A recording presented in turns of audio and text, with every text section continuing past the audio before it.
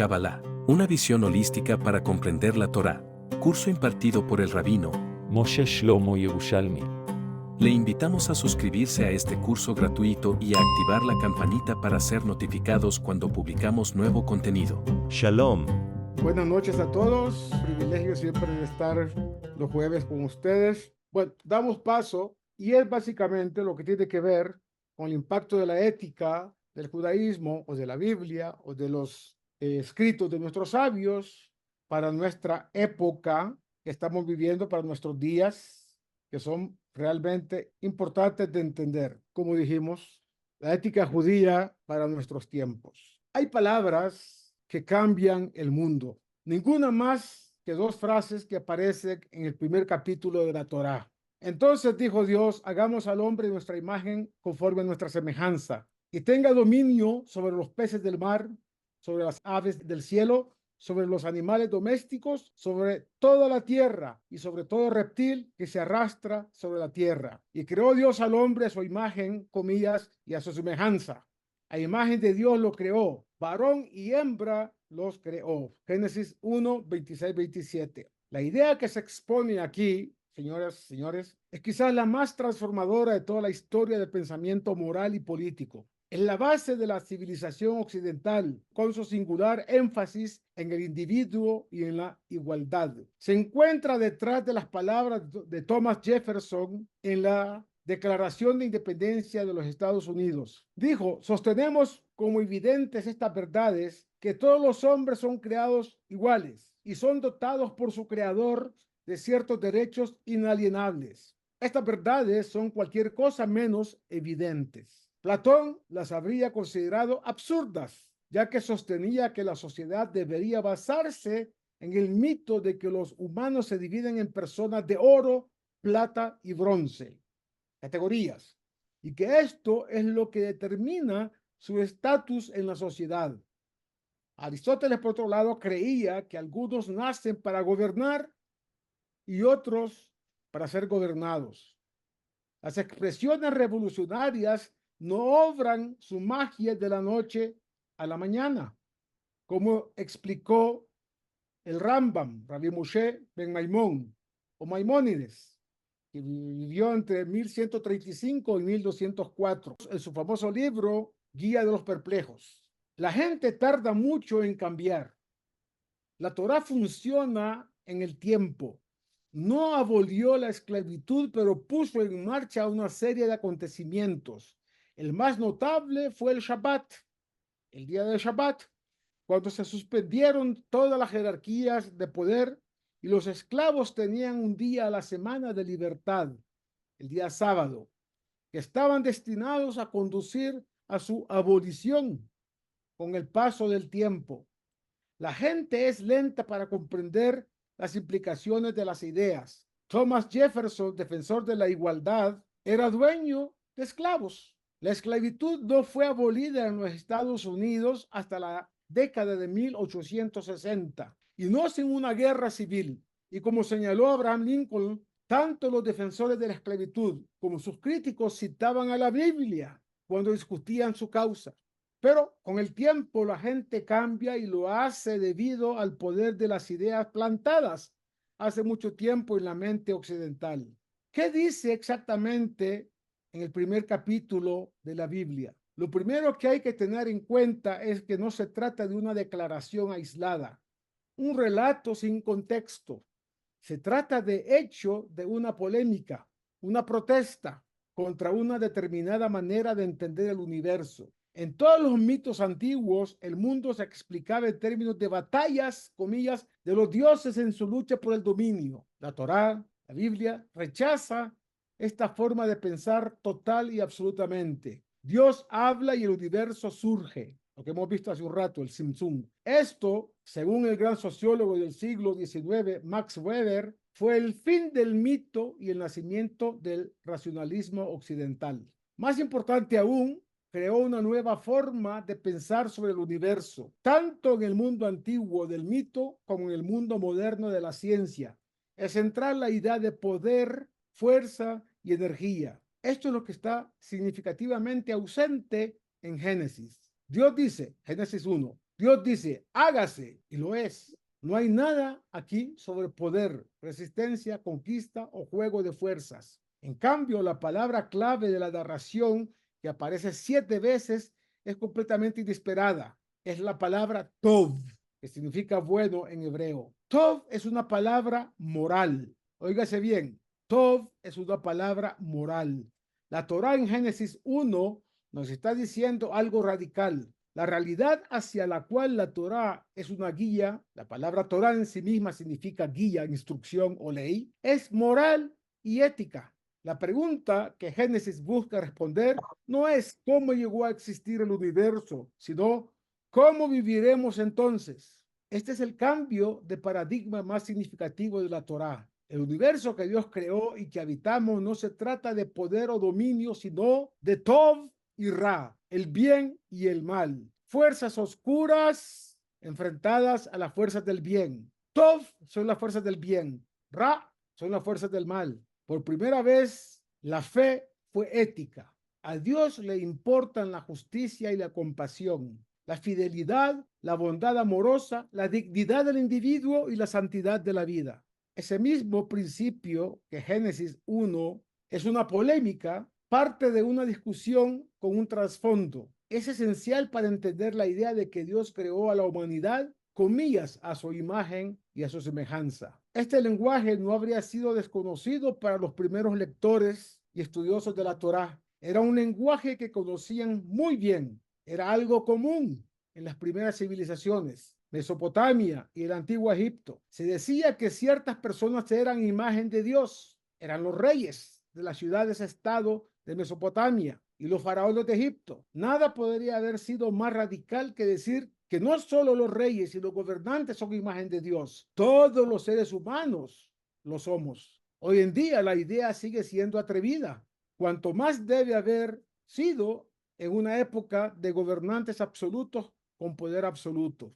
Así entendido, Génesis 1, 26, 27 no es tanto una declaración metafísica sobre la naturaleza de la persona humana como una protesta contra la base misma de las sociedades jerárquicas basadas en clases o castas, ya sea en tiempos antiguos o modernos. Eso es lo que lo convierte en la idea más incendiaria de la Torá. En un sentido fundamental, todos somos iguales en dignidad y valor último, porque todos somos, comillas, imagen de Dios, independientemente del color, la cultura o el credo. Una idea similar aparece más adelante en la Torá en relación con el pueblo judío. Cuando Dios lo invita a convertirse en un reino de sacerdotes y en una nación santa. Todas las naciones del mundo antiguo tenían sacerdotes, pero ninguna era un reino de sacerdotes, como está escrito en Éxodo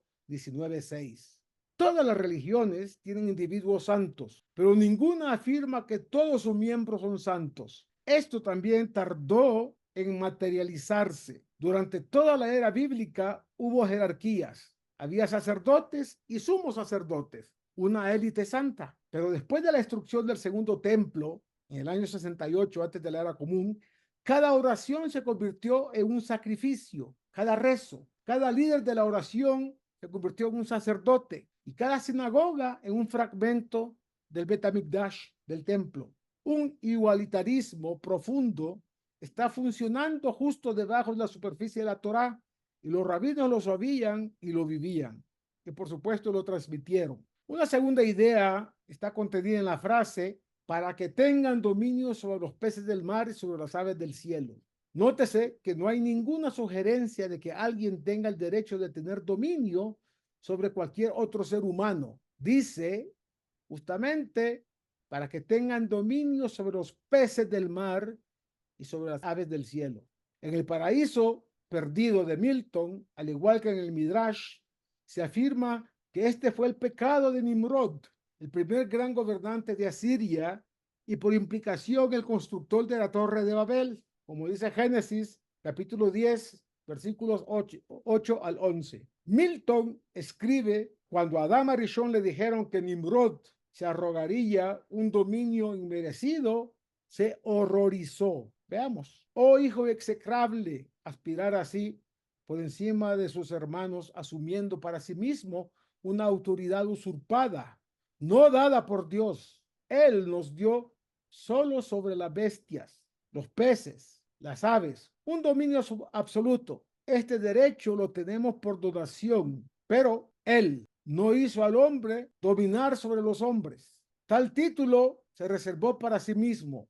Lo humano quedó de lo humano libre. En aquella época era absolutamente impensable cuestionar el derecho de los seres humanos a gobernar a otros seres humanos sin su consentimiento. Todas las sociedades avanzadas eran así. ¿Cómo podían ser de otra manera? ¿No era esta la estructura misma del universo? ¿Acaso el sol no gobernaba el día? ¿Acaso la luna no gobernaba la noche? ¿No había una jerarquía de dioses comidas en el cielo mismo? Aquí ya está implícita la profunda ambivalencia que la Torá acabaría mostrando hacia la institución misma de la realeza, el gobierno del hombre sobre el hombre. La tercera implicación radica en la paradoja absoluta de que Dios diga, hagamos al hombre en nuestra imagen, conforme nuestra semejanza.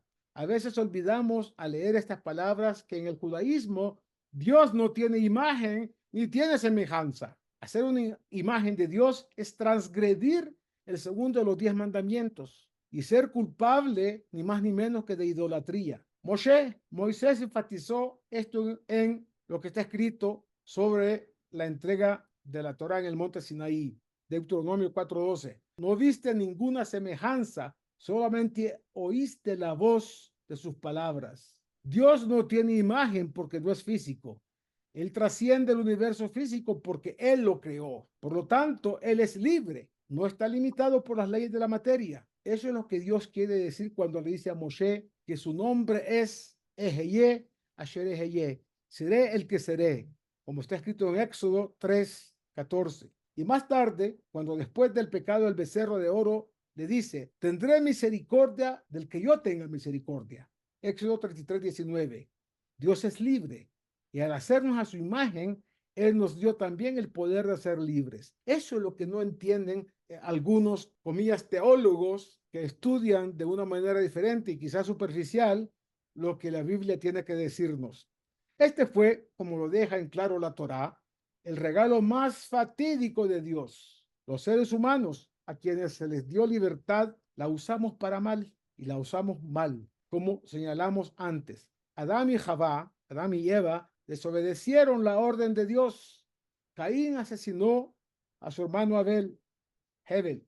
Al final de la parashá nos encontramos con el mundo anterior al diluvio, lleno de violencia, hasta el punto en que Dios se arrepintió, comillas, de haber creado la humanidad. Este es el drama central del Tanaj y del judaísmo en su conjunto. ¿Usaremos nuestra libertad para respetar el orden o lo usaremos mal para crear el caos? ¿Honraremos o deshonraremos la imagen de Dios que vive en el corazón y la mente humanos? No se trata de preguntas antiguas ni retóricas, sino que siguen tan vigentes hoy como lo estuvieron en el pasado. La pregunta que se han planteado los pensadores serios desde que Nietzsche argumentó a favor de abandonar tanto a Dios como la ética judeocristiana es si la justicia, los derechos humanos y la dignidad incondicional de la persona humana son capaces de sobrevivir sobre bases exclusivamente seculares. El propio Nietzsche pensaba que no. Es decir, si no hay Torá, si no hay Biblia, si no hay Dios, tampoco es fácil respetar los derechos humanos y la dignidad incondicional de los seres creados por Dios.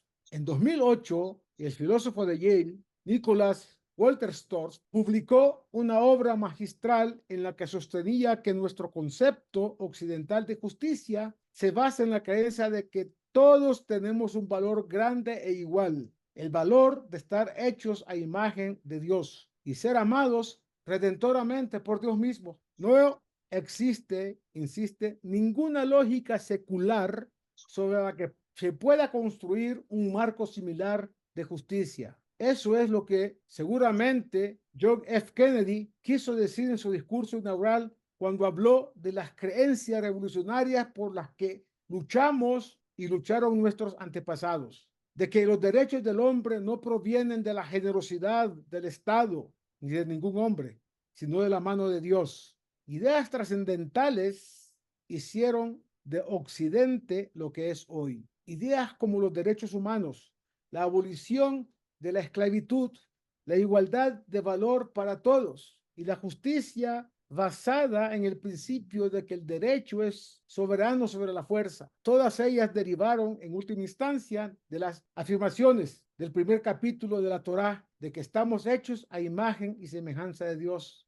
Ningún otro texto ha tenido mayor influencia en el pensamiento moral, ni ninguna otra civilización ha tenido jamás una visión más elevada de lo que estamos llamados a ser. Otra etapa importante es, ni más ni menos, el mensaje que trae la Biblia, la Torá, en Parashat Noach. Más allá de la naturaleza, preguntamos, ¿somos naturalmente buenos o naturalmente malos? Grandes mentes han debatido sobre esto durante mucho tiempo. Hobbes creía que tenemos naturalmente un deseo perpetuo e incansable de poder tras poder, que cesa solo con la muerte. Es decir, perseguimos el poder. Según él, somos malos, pero los gobiernos y la policía pueden ayudar a limitar el daño que causamos. Rousseau, por el contrario, creía que somos naturalmente buenos. Es la sociedad, decía, y sus instituciones las que nos hacen malos. Y el debate continúa hoy entre los neodarwinianos. Los neodarwinianos, algunos creen que la selección natural y la lucha por la supervivencia nos convierten genéricamente en halcones en lugar de palomas. Como dice Michael T. Selling, rasca a un altruista y verás sangrar a un hipócrita. En cambio, el naturalista Franz de Waal, en una serie de deliciosos libros sobre los primates, entre los que se incluye su favorito, los bonobos, demuestra que estos pueden ser empáticos, solidarios e incluso altruistas. Así somos nosotros por naturaleza. Holme denominó esta división fundamental entre románticos y clasicistas a lo largo de la historia. Los románticos creían que el hombre era bueno por naturaleza y que solo las malas leyes y costumbres lo habían reprimido. Se eliminan todas estas cosas, las infinitas posibilidades del hombre tendrían una oportunidad. Los clasicistas creían lo contrario, que el hombre es un animal extraordinariamente fijo y limitado, cuya naturaleza es absolutamente constante. Solo mediante la tradición y la organización se puede obtener algo decente de él. En el judaísmo, según los sabios, esta fue la discusión entre los ángeles cuando Dios los consultó sobre si debía o no crear a los humanos. Los ángeles eran el nosotros, en hagamos a la humanidad. Como se dice en hebreo, nace Adán, es al menos que de muteno. Los ángeles de Gesed, de la misericordia, y del Tzedek, de la rectitud, dijeron que sea creado porque los humanos hacen obras misericordiosas y justas. Los ángeles de Shalom, de la paz, y Emet, la verdad, dijeron que no se ha creado porque está lleno de falsedad y nunca deja de pelear. ¿Qué hizo Dios? Creó a los humanos de todos modos y tuvo fe en que gradualmente nos volveríamos mejores y menos destructivos. Eso, en términos seculares, es lo que el neurocientífico de Harvard, Steven Pinker, sostiene en su libro The Better Angels of Our Nature. La Torah sugiere que somos tanto destructivos como constructivos, y la psicología evolutiva nos dice por qué. Nacimos para competir y cooperar. Por un lado, la vida es una lucha competitiva por recursos escasos, por los que luchamos y a veces nos matamos. Por otro lado, sobrevivimos solo dentro de grupos, sin hábitos de cooperación, altruismo y confianza. Sin ellos no tendríamos grupos y no sobreviviríamos. Eso es parte de lo que quiere decir la Torá cuando dice, no es bueno que el hombre esté solo. Génesis capítulo 2, versículo 18. Pero la Torá es demasiado profunda como para dejar en el nivel del viejo chiste, aquel que dice que un rabino, al escuchar ambos lados de una discusión doméstica, le dice al marido, tienes razón, y a la esposa, tienes razón. Cuando su discípulo le pregunta, ¿no pueden tener razón los dos? El rabino le responde, también tú tienes razón. Es un chiste, por supuesto. La Torá plantea el problema, pero también proporciona una respuesta que no es obvia. Esta es la pista que nos ayuda a descifrar un argumento muy sutil que se repite en la parashá anterior y en esta. La estructura básica de la historia comienza con la creación y termina con Noah. Y es la siguiente. En el principio, Dios creó un universo de orden. Luego creó a los seres humanos, quienes crearon un universo de caos. La tierra estaba llena de violencia, como dice Génesis 6:11.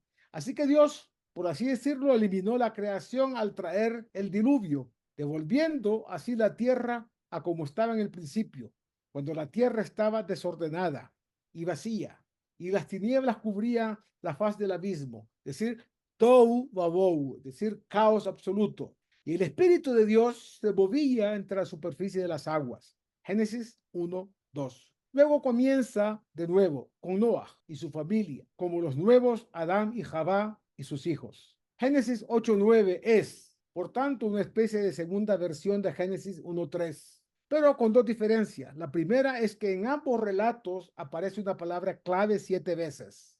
En Génesis 1 la palabra es bueno, tov.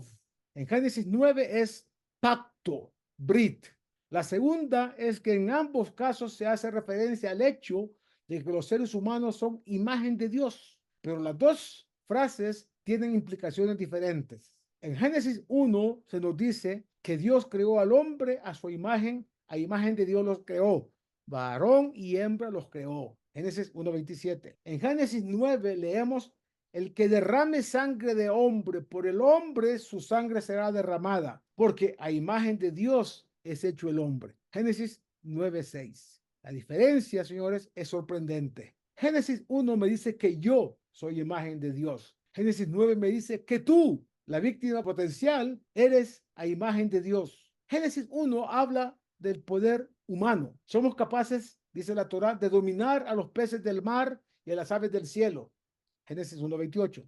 Génesis 9 nos habla de los límites morales del poder. Podemos matar, pero no podemos. Tenemos el poder, pero no el permiso. Si leemos la historia con atención, parece que Dios creó a los seres humanos con la fe de que elegirían naturalmente lo correcto y lo bueno. No necesitarían comer del fruto del árbol del conocimiento del bien y del mal, porque el instinto los llevaría a comportarse como debían, es decir, buenos, correctamente. No serían necesarios el cálculo, la reflexión, la decisión, todas las cosas que asociamos con el conocimiento. Actuarían como Dios quería que actuaran, de manera natural, porque habían sido creados a su propia imagen. Pero no fue así. Adán y Javá pecaron. Caín cometió un asesinato y en pocas generaciones el mundo quedó reducido al caos. Es entonces cuando leemos: el Señor vio cuán grande era la maldad de los hombres en la tierra, y que todo el signo de los pensamientos del corazón humano eran siempre solamente hacia el mal. Y se arrepintió, comillas, el Señor de haber creado al hombre en la tierra, y se angustió profundamente en su corazón. Génesis 6:6. Todo lo demás en el universo era tov, bueno, pero los humanos parece que no somos buenos por naturaleza, según esta descripción. Ese es el problema. La respuesta, según la Torá, a todo esto es lo que se llama el Brit, un pacto. El primer pacto ha sido fundamental. El pacto introduce la idea de una ley moral. Una ley moral no es lo mismo que una ley científica natural. Las leyes científicas son regularidades observadas en la naturaleza. Si dejas caer un objeto, este caerá. Una ley moral es una regla de conducta. No robes, no hurtes, no engañes. Las leyes científicas describen, mientras que las leyes morales prescriben. Eso es muy enfático. Cuando un acontecimiento natural no concuerda con el estado actual de la ciencia, cuando incumple la ley, eso es una señal de que hay algo incorrecto en la ley. Por eso las leyes de Newton fueron reemplazadas por las de Einstein.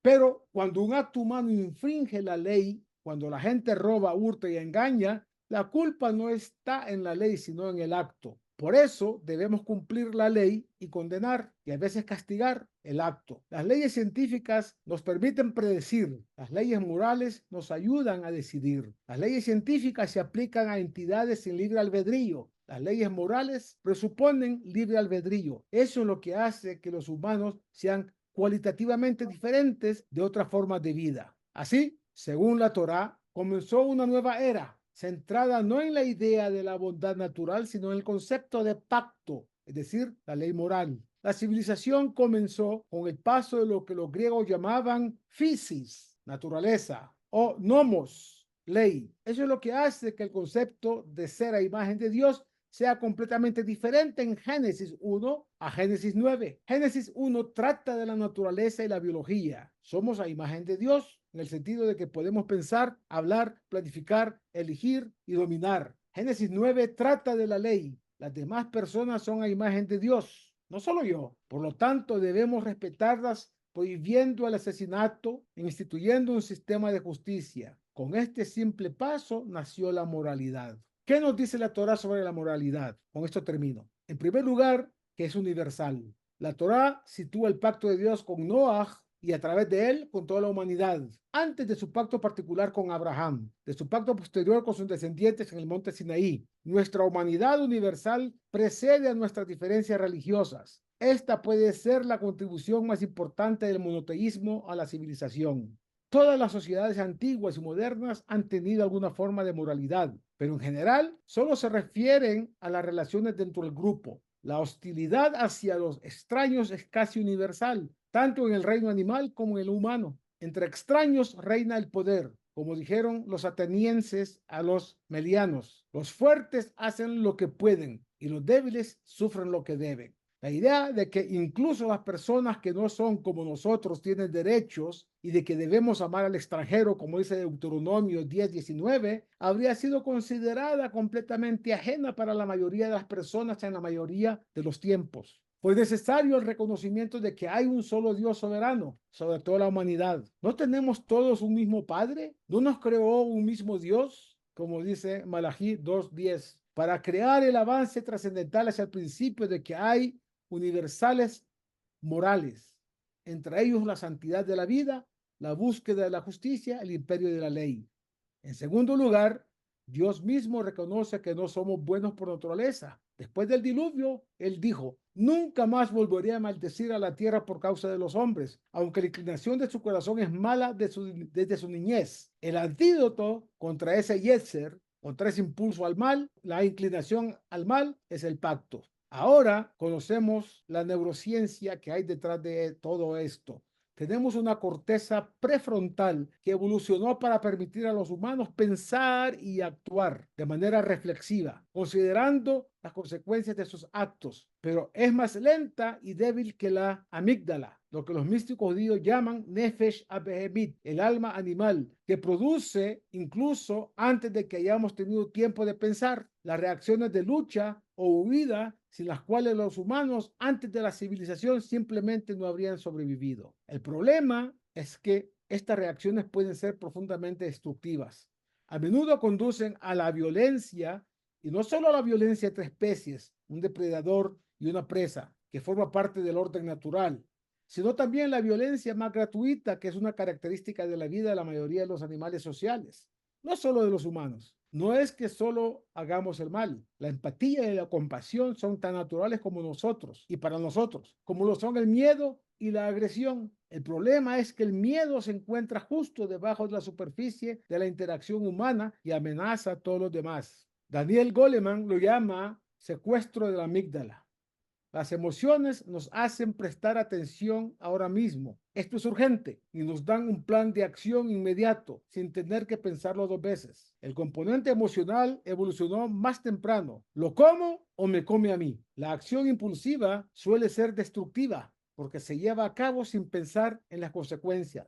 Por eso, Rambam, Maimónides, sostuvo que muchas de las leyes de la Torá constituyen un entrenamiento en la virtud al hacernos pensar antes de actuar.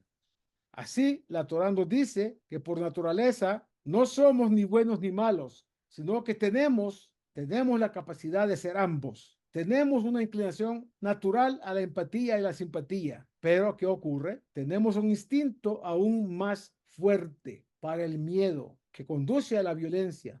Por eso, en el pasado, de Adán hasta Noah, la Torá pasa de la naturaleza al pacto, del Tov al Brit, de lo bueno al pacto, del poder a los límites morales del poder, Los genes no son suficientes, también necesitamos la ley moral. Vamos a parar acá. Si hay preguntas, con mucho gusto. Y si no, vamos a dejar para la próxima semana y desearles un Shabbat Shalom, bendiciones y todo lo bueno. Igualmente, señor Rabino, Gracias, Shabbat Shalom. Raf. Shabbat Shalom. Mucha gente se ha inscrito y ya hay una cantidad de vistas en el mundo entero, 58,000 vistas de lo que estamos nosotros haciendo, interactuando. Que tengamos el mérito de seguir más adelante con la ayuda de Dios.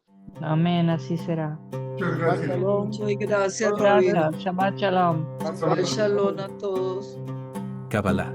Una visión holística para comprender la Torá. Curso impartido por el rabino. Moshe Shlomo Yerushalmi. Le invitamos a suscribirse a este curso gratuito y a activar la campanita para ser notificados cuando publicamos nuevo contenido.